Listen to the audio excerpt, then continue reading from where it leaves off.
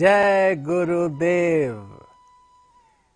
संपूर्ण जगत अत्यंत सुव्यवस्थित तथा सद्पक्ष के अनुकूल भारतीय चिंतन परंपरा, वैदिक वाङ्मय और हमारी सनातन सिद्धांत स्थिति को प्रकट करने वाला है।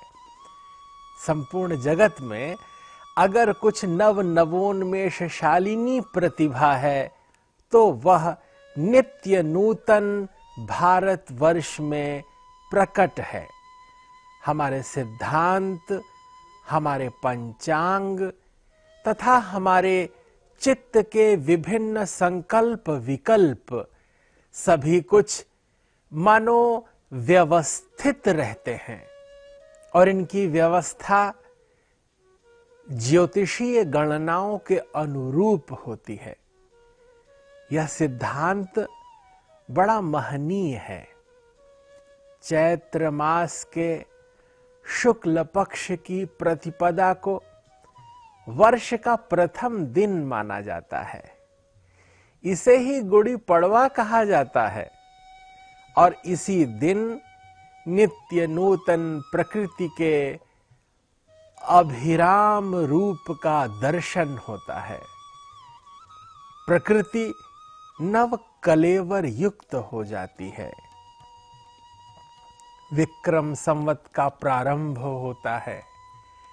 यह विक्रम संवत ईसवी सन से 57 वर्ष पहले का गणना क्रम है और इस क्रम में 27 नक्षत्रों के अनुरूप प्रत्येक मास जो 12 महीने होते हैं, सूर्य जब मेष राशि में रहता है तब यह चैत्र मास प्रारंभ होता है। यह अत्यंत महनीय है। ज्योतिष शास्त्र में प्रत्येक व्यक्ति शुक्ल पक्ष को सुदी कहते हैं और कृष्ण पक्ष को बदी कहते हैं। तो शुक्ल पक्ष में प्रारंभ होकर के यह विक्रम संवत्सर नवीन सृष्टि का प्रारंभ दिवस है। शास्त्रों में इसकी परिगणन शैली इस तरह है, इसका महात्म्य इस तरह है, इसकी महत्ता इस प्रकार है कि यह प्रारंभ दिवस, सृष्टि का प्रथम दिवस, सूर्य नारायण का चैत्र मास में आगमन, प्रथम महीना और उसका यह प्रथम दिवस, इसका बड़ा ऐतिहासिक महत्व है। आज के ही दिन सूर्योदय से ब्रह्मा जी ने सृष्टि की रचना प्रारंभ की थी। सम्राट विक्रमादित्य ने इसी दिन राज्य स्थापित किया।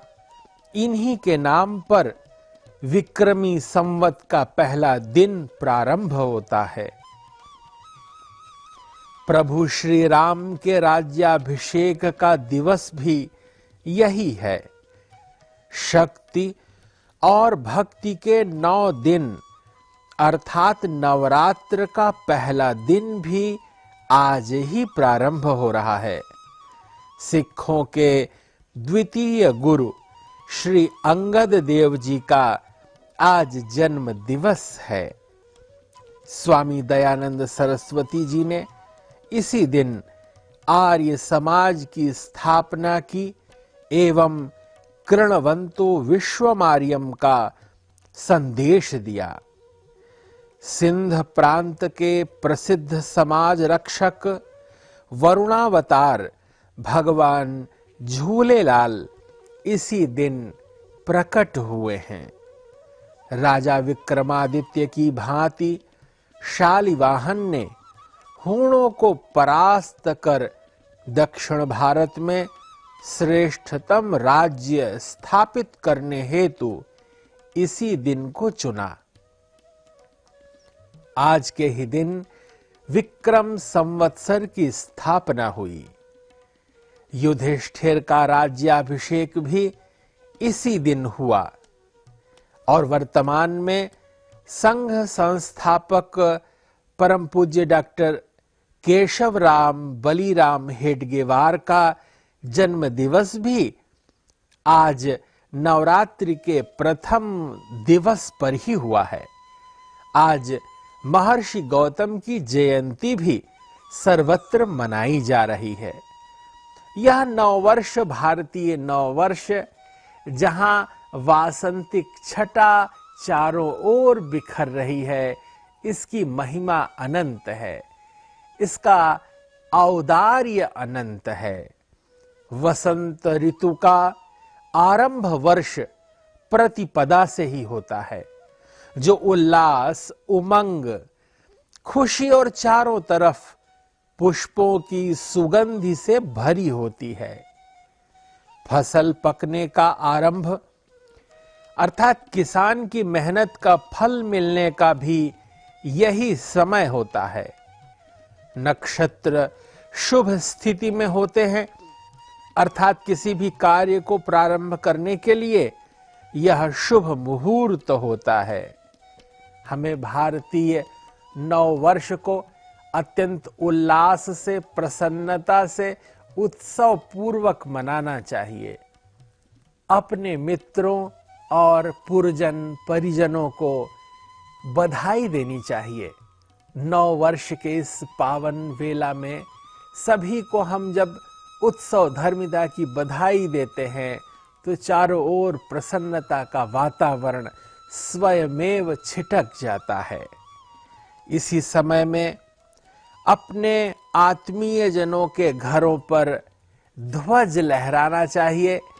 वह ध्वज आपके यश का प्रतीक है, आपके वर्ष पर्यंत कीर्ति का प्रतीक है, आप पर भगवदीय कृपा का प्रतीक है। इसलिए प्रत्येक घर में, मंदिरों में यदि ध्वज फहराता है तो यह आपकी प्रसन्नता मूलक आनंद वृद्धि का हेतु बनता है। इसी क्षणों पर अपने घरों में आम के बंधनवार लगाइए। घर के द्वार को गाय के गोबर से लीपिए। चारों ओर आनंद और उत्सव इस तरह घटित होता है कि परस्पर मिष्ठान्न का आदान प्रदान कर व्रतोपवास पूर्वक शुचिता का वातावरण फैलाइए और सात्विकता का हम व्यवहार करें। हमारी चित्त चिंतन में अनुकूलता और निरंतर अनुकूलता ही रहे। घर के चारों ओर, विशेषतः मुख्य द्वार पर हम सुंदर रंगोली बनाएं। वह प्रकृति की अनुपम छटा है, जिसके बिखर जाने से मानो पूरी प्रकृति में रंग बिखर जाते हैं। उल्लास और उत्सव स्वयमेव हमारे चित्त को आकर्षित करने लगते हैं। इस अवसर पर अनेक धार्मिक कार्यक्रमों का आयोजन होता है। उसमें सहभागिता कर हम उत्सव धर्मिता का विस्तार करते हैं। अपने प्रतिष्ठानों की सज्जा करें, देवताओं के दर्शन करें, महत्वपूर्ण और आदरणीय व्यक्तियों को प्रणाम करके उनसे आशीर्वाद लें। यह पुण्य दिवस 9 दिनों तक मां भगवती के 9 देवी के उपासना के क्रम में भी अत्यंत महनीय है। और नवरात्रि 9वें दिन भगवान श्री रामचंद्र का आविर्भाव हमारी चित्त चेतना में प्रसन्नता प्रकट कर देता है। मानो यह प्रकृति जब पूर्ण गर्भ होती है तब इसमें भगवान प्रकट होते हैं। ऐसी महनीय, ऊर्ज्वल, आदर्श स्थिति चैत्र मास के शुक्ल पक्ष की प्रतिपदा से, जिसे प्रतिपद भी कहते हैं, प्रारंभ हो जाती है। भारत ही नहीं अपितु संपूर्ण विश्व में नव कलेवर के लिए, उत्सव के लिए, आनंद के लिए, तपश्चर्या के लिए और प्रेम के लिए, स्नेह के लिए, आदर के लिए ये पवित्रतम दिवस होते हैं। शास्त्रों में कहा गया है कि इसी दिन ब्रह्मा जी ने सृष्टि निर्माण का कार्य प्रारंभ किया था। यह प्रथम दिवस था। भगवान नारायण का आविर्भाव भी इसी दिन माना जाता है। सृष्टि का जो प्रकटीकरण हुआ है उसके मूल में यही वह दिवस है। शास्त्रों में यह बात वर्णित है कि वह रविवार का दिन था और विधाता ने इस जगत की सृष्टि की रचना का क्रम प्रारंभ किया था। यह वासंतिक छटाओं से युक्त काल चारों ओर मंजरी के रूप में प्रकट होता है। कहीं ऐसा लगता है कि फूल खिले हुए हैं, कलियां अपने स्वरूप को प्राप्त कर रही हैं, चतुर्दिक आनंद और उत्सव बिखर रहा है और संपूर्ण प्रकृति आनंद मना रही है, उत्सव कर रही है। इस विक्रम संवत्सर से हमारे ही नहीं अपितु संपूर्ण युगाब्द और उसकी संस्कृति का हमें स्वरूप देखने को मिलता है। विक्रमादित्य जो एक प्रतापी राजा थे और उनके काल में उज्जैनी से संपूर्ण भारतवर्ष ही नहीं विश्व का मानो शासन होता था। उनके नवरत्न थे जो विभिन्न विषयों के विशेषज्ञ थे और वे अपनी उस अनंत कीर्ति को सदा के लिए स्थापित करते हुए उन्होंने 365 दिनों में पिरोए जा सकने वाले इस वर्ष को 12 राशियां जो 12 महीने में सूर्य भगवान जिन जिन राशियों में रहते हैं ऐसे 12 महीनों में विभाजित करके प्रकृति को मानो एक व्यवस्थित एक रूपांकन देने का जो कार्य हुआ वह आज के दिन ही हुआ। और यह अत्यंत महत्वपूर्ण है क्योंकि विक्रम संवत्सर भारतीय संस्कृति परंपराओं का आकर है। वह स्थान है जिसमें हम संपूर्ण ग्रह गोचर का अनुभव कर सकते हैं। व्यक्ति गलत हो सकता है लेकिन ये सिद्धांत गलत नहीं हो सकते। हजारों वर्ष पहले और हजारों वर्षों बाद तक भी इन पंचांगों के माध्यम से, गणनाओं के माध्यम से हम सूर्योदय का काल निकाल सकते हैं, स्थान स्थान पर सूर्यास्त का काल निकाल सकते हैं, जान सकते हैं। कब वर्षा होगी यह समय भी हमें पता हो सकता है।